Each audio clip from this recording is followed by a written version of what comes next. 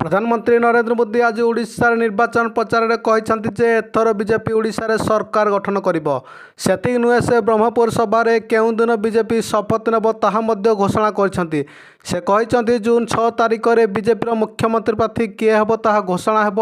जून 10 तारिख में ओडिशा रे बीजेपी मुख्यमंत्री शपथ ग्रहण करेंगे। बीजेपी एपरी दमक्ति प्रश्नर उत्तर में मुख्यमंत्री नवीन पट्टनायक कहते जहाँ बेस मजालिया ढंग से आकाशमार्ग में नवीन को बीजेडी नेता कार्तिक पांडे ने यही प्रश्न कले। देखंतु एही वीडियो रे नवीन पट्टनायक कौन कहते। सर बीजेपी कहते एथर ओडिशा रे सेमाने सरकार गठन करिवे। बहुत दिन हैला बीजेपी दिन रे स्वप्न देखिछंती।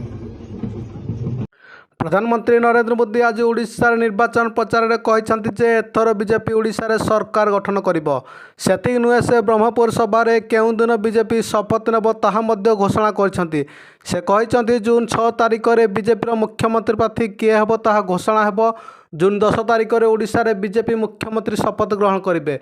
बीजेपी एपरी दमक्ति प्रश्नर उत्तर में मुख्यमंत्री नवीन पट्टनायक कहते जहाँ बेस मजालिया ढंग से आकाशमार्ग में नवीन को बीजेडी नेता कार्तिक पांडे ने यही प्रश्न कले। देखंतु एही वीडियो रे नवीन पट्टनायक कौन कहते। सर बीजेपी कहते एथर ओडिशा रे सेमाने सरकार गठन करिवे।